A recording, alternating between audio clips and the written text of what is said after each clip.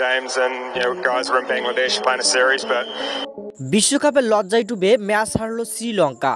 Match জয়ের পর match শেষে বাংলাদেশকে নিয়ে একই বললেন অ্যাডাম ম্যারকাম।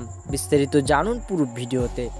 ডি গ্রুপের প্রথম ম্যাচে টস জিতে প্রথমে ব্যাট করার সিদ্ধান্ত নেয় শ্রীলঙ্কা।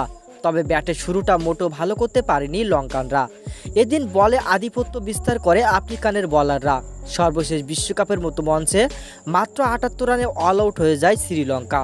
এমন স্বল্প রানে জবাবে ব্যাট করতে নেমে শুরুটা আশানুরূপ ভালো করতে পারেনি সাউথ আফ্রিকা। তবে ক্যাচ মিসের মাসুল গুনতে হয় শ্রীলঙ্কার।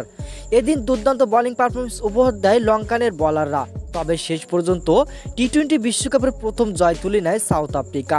ম্যাচ শেষে জয়ের কারণ এবং বাংলাদেশকে নিয়ে অ্যাডাম ম্যারকাম বলেন, আইসিসি এর মতো টুর্নামেন্টে এমন পিচে খেলাটা খুবই হতাশাজনক। তবে ম্যাচটি জয় পেয়ে অনেক ভালো লাগছে। আমাদের লক্ষ্য থাকবে প্রতিটি ম্যাচ জয়ের। বাংলাদেশ আমাদের সামনে বিপজ্জনক হলেও আমরা আমাদের খেলাটাই খেলে যাব।